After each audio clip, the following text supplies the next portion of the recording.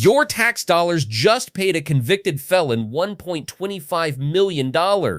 And the government called it correcting a historic injustice. That's not even the worst part. Not even close. While you were distracted, the Trump family quietly turned the American presidency into a $4 billion personal ATM. Not over decades, right now, while he's sitting in the Oval Office. And they're moving so fast, so shamelessly, that most people's brains simply refuse to process it. That's not an accident. Trump advisor Steve Bannon has a name for it: flooding the zone.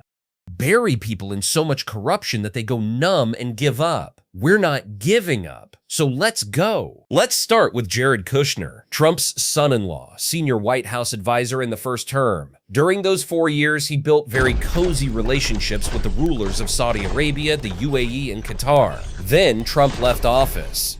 And almost immediately, the Saudis handed Kushner $2 billion for his private investment fund. $2 billion from a foreign government, the same government whose crown prince ordered the murder of American journalist Jamal Khashoggi, bone saw and all. Kushner took the money anyway, because in Trump world, murder is not a deal breaker when there's that much cash on the table.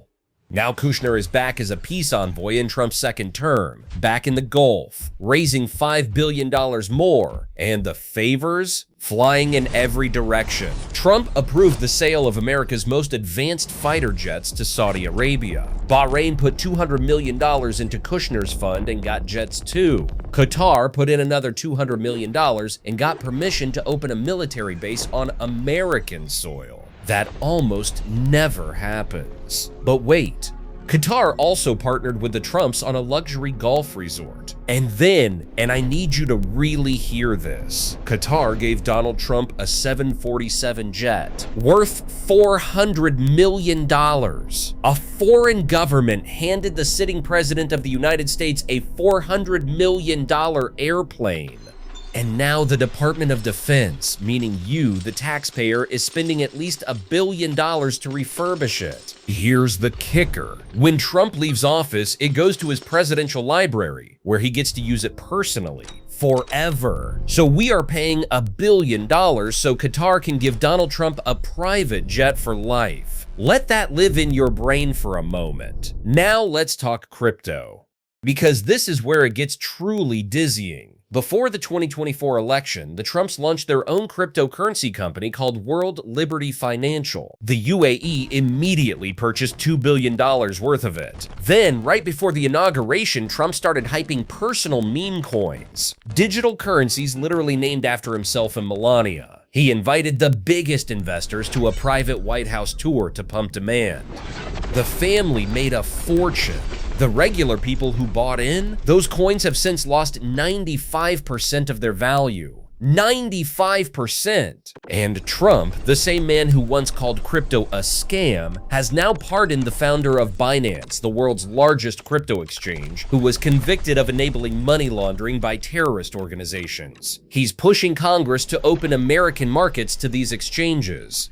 He created a federal crypto reserve. Why? Because World Liberty Financial is now valued at $5 billion and generating over $200 million a year. The President of the United States is running a cryptocurrency operation out of the White House, and almost nobody is talking about it. Now the cabinet, because the pay-to-play here is so naked, it should make your jaw hit the floor.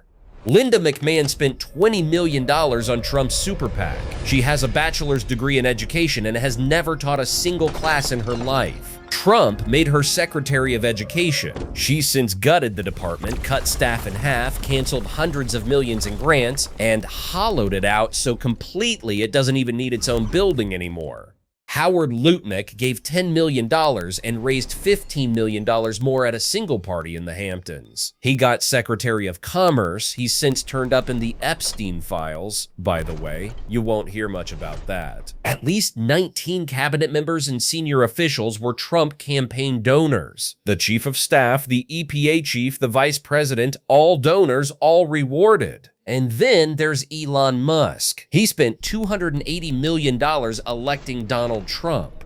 In return, he received control of something called the Department of Government Efficiency, DOAG. It's not a real agency, it doesn't legally exist, but you've definitely heard of it. Here's what it actually did. It gutted the CDC, slashed the Department of Health and Human Services, fired thousands of doctors and nurses at the VA, canceled billions in medical and scientific research, and handed Musk and his team of 20-something associates your social security records, along with a detailed education in how the entire federal government operates. That is invaluable knowledge for a man whose companies do billions in government contracts. And by the way, they saved no money, not a single dollar. Independent analysis confirmed it. $280 million in billions in contracts and insider access out. That's the deal Elon Musk made with your government. Now the pardons. Stay with me here because this part is enraging. Trump has issued over 1,800 pardons in 14 months. His entire first term, 444. But it's not the volume, it's who's getting them and why. Paul Walshak pleaded guilty to tax fraud. His pardon petition was going nowhere.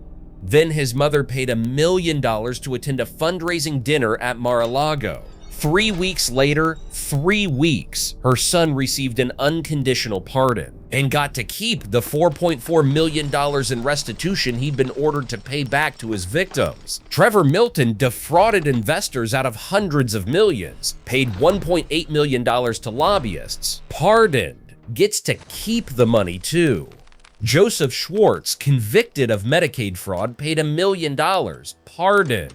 Are you seeing the pattern? This is a pardon store. The price of admission is a donation, a lobbyist fee, or a Mar-a-Lago dinner. Justice is literally for sale. The political pardon sent an even darker message. Blagojevich tried to sell a U.S. Senate seat, pardoned. George Santos, wire fraud, pardoned.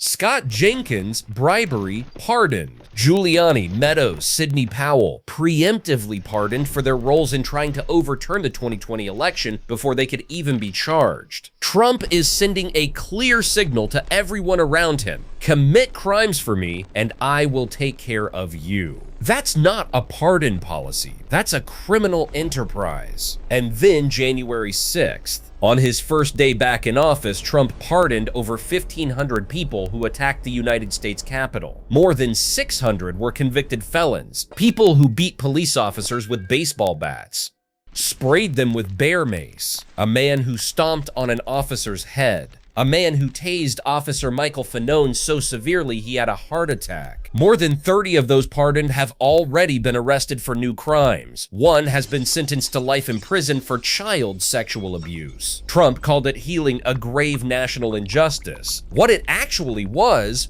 spitting on every officer who defended that building.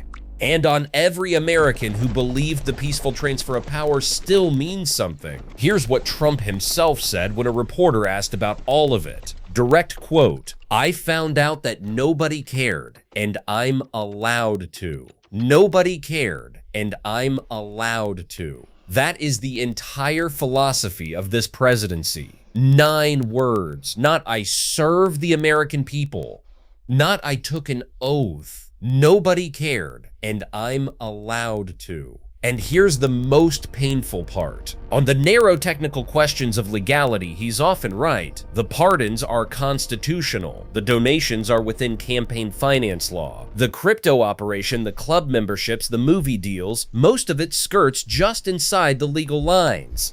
But what's gone is something the law can't mandate. Basic decency, the understanding that the office belongs to the people, not the person sitting in it. Every president before Trump, Democrat and Republican, understood that. They avoided even the appearance of corruption because they respected what the office represented. These people feel none of that. Zero.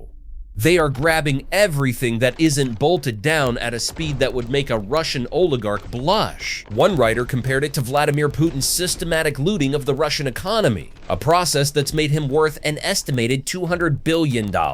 This summer, the US Mint will put Donald Trump's face on a commemorative gold coin marking America's 250th birthday.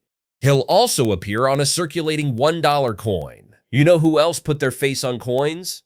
Roman emperors, to remind every person in the empire exactly who was in charge, who owned everything, who you answered to. America's version is doing the same thing, and he has absolutely no shame. If this made you angry, good, it should, because that anger is the only thing that slows this down. Share this video. Talk about it. Refuse to look away. The Trumps are counting on your exhaustion. They're counting on the flood being too much to process, so you tune out and give up. Don't give them that. Stay informed. Stay loud.